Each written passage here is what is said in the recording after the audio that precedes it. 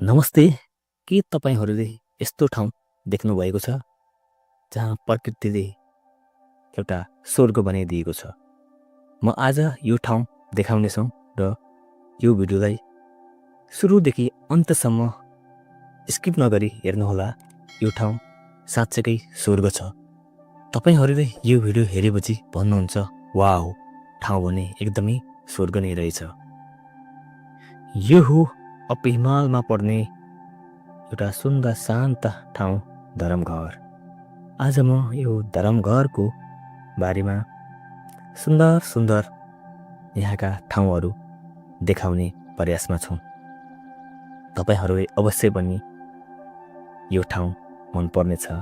मन पर्यो भने भिडियोलाई लाइक, कमेन्ट, सेयर भने अवश्य गरिदिनुहोला। यो ठाउँ आफैमा एउटा अद्भुत ठाउँ छ। यहाँको सुन्दरता र यहाँको हरियाली कसको मन लोभ्याउँदैन र? हामी यो ठाउँमा रमाइलो गर्न भनेर आएका थियौँ, तर यो प्रकृतिले हामीलाई यस्तो बनाइदियो, यहाँबाट जानै मन लाग्दैन। भेडाहरू चलिरहेका र हिँडिरहेका देख्दा मन एकदम शान्त भएर आउँछ।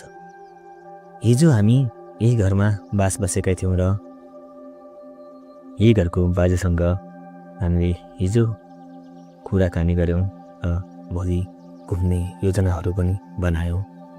यो ठाउँ एकदमै सुन्दर र शान्त ठाउँ छ र यहाँ हरियाली डाँडा पाखाहरू अनि शान्त वातावरण र चिसो मौसम मनलाई एकदम शान्त बनाउँछ। एकदमै शान्त ठाउँ छ र प्रकृति प्रेमीहरूका लागि भने यो ठाउँ एकदमै आनन्द ठाउँ छ। म त भन्छु, तपाईँहरू समय मिल्यो भने यो ठाउँ घुम्न अवश्य आउनुहोला। यति सुन्दर डाँडा पाखाहरू छन्, यति सुन्दर ठाउँहरू छन्, यहाँको के कुरा गर्ने, यहाँको वर्णन गर्नै गाह्रो छ। यति सुन्दर ठाउँमा आउन पाउँदा म एकदमै खुसी छु र यहाँको ठाउँहरू आज म हजुरहरूलाई देखाउनेछु। यो नदीको किनार एकदमै शान्त र सुन्दर ठाउँ। यहाँ आदि भेडा बाख्राहरू पनि राखिने रहेछन् र हामी यही बाटो हुँदै त्यो माथिको पहाड चढ्ने विचारमा छौँ। त्यो पहाडको माथि चढेर हामी हजुरहरूलाई देखाउनेछौँ त्यहाँबाट तल खोलाहरू र यहाँका झरनाहरू कस्ता देखिन्छन् भनेर। पहाडको टुप्पोमा पुगेपछि हामी त्यही पहाडको फेदमा रहेका दृश्यहरू स्पष्टसँग देखिन्छ र हामी यहाँबाट एकैछिनमा त्यो पहाडको टुप्पोमा पुग्नेछौँ र त्यहाँका रमाइला झरना अनि तल देखिने नदीहरू पनि हामी देखाउनेछौँ। माथिबाट यो नदीको दृश्य यस्तो देखिन्छ। यति सुन्दर सफा स्वच्छ पानी छ र नदीमा। नदी बगिरहेको छ, चराहरू उडिरहेका छन् र हावाको स्पर्श पनि हामीले अनुभव गरिरहेका छौँ। यहाँको ताजा हावा अनि कुहिरोहरूमा ढाकिएर बस्दाको मजा नै छुट्टै छ। यो ठाउँ यति सुन्दर छ, यसको जति वर्णन गरे पनि एकदमै कम हुन्छ। यहाँ उभिँदा लाग्छ म यस्तो ठाउँमा छु जहाँ समय रोकिराखेको छ जस्तो महसुस हुन्छ। यो हरियाली डाँडाकाँडाहरूमा घुम्दै हामी यो पहाडको टुप्पोमा पुग्यौँ र पहाडको टुप्पोको दृश्य भने यस्तो देखिन्छ।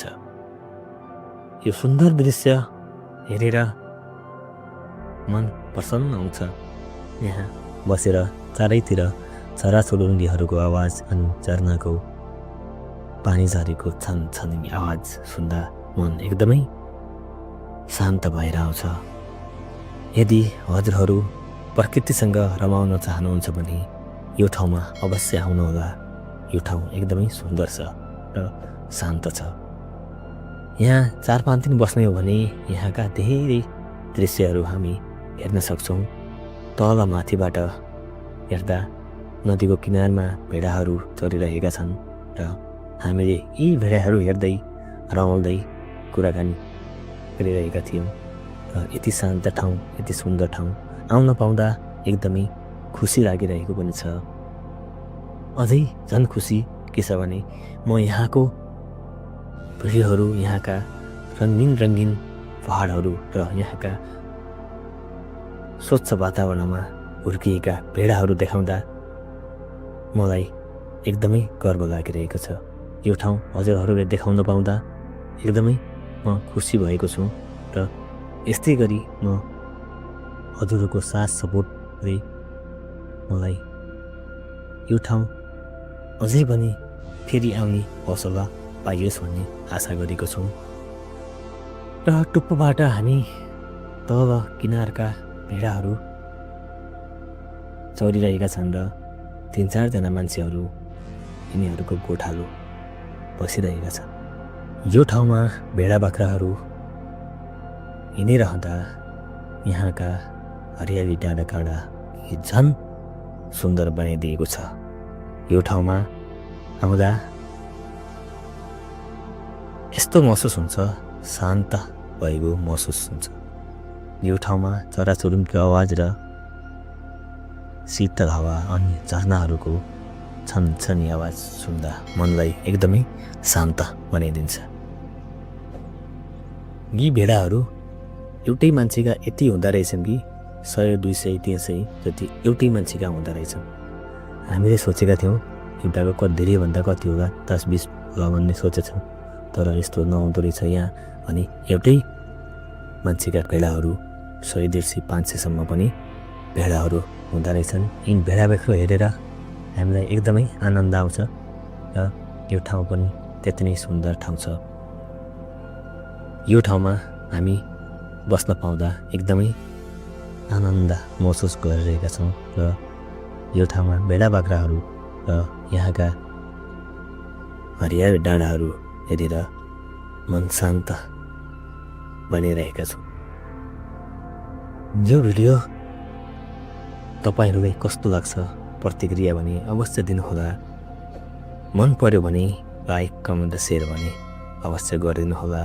तपाईँहरूको लाइक, कमेन्ट, सेयरले नै हाम्रो हौसला बढाउँछ र फेरि पनि म यस्तै खाले भिडियोहरू लिएर तपाईँहरूलाई देखाउनेछु। र यो ठाउँमा हामी अब 2-3 दिनसम्म बसेर यहाँका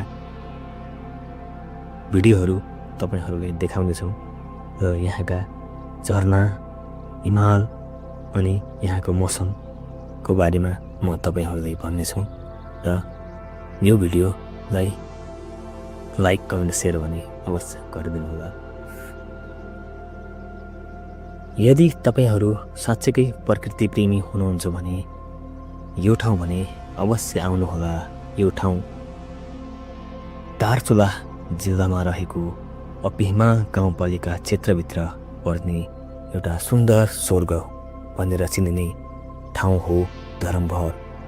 यो ठाउँमा तपाईँ एकचोटि समय मिलाएर भए पनि आएर घुम्नुहोला। तपाईँलाई लाग्नेछ वास्तव नै स्वर्ग यहाँ रहेछ। बाटोमा हिँड्न लाग्छ प्रकृतिले हामीले स्वागत गरेको जस्तो। फुल, रङ्गीचङ्गी झरना अनि त्यहाँको वातावरण एकदमै सुन्दर अनि शान्त थियो। आजको भिडियो यहीसम्म।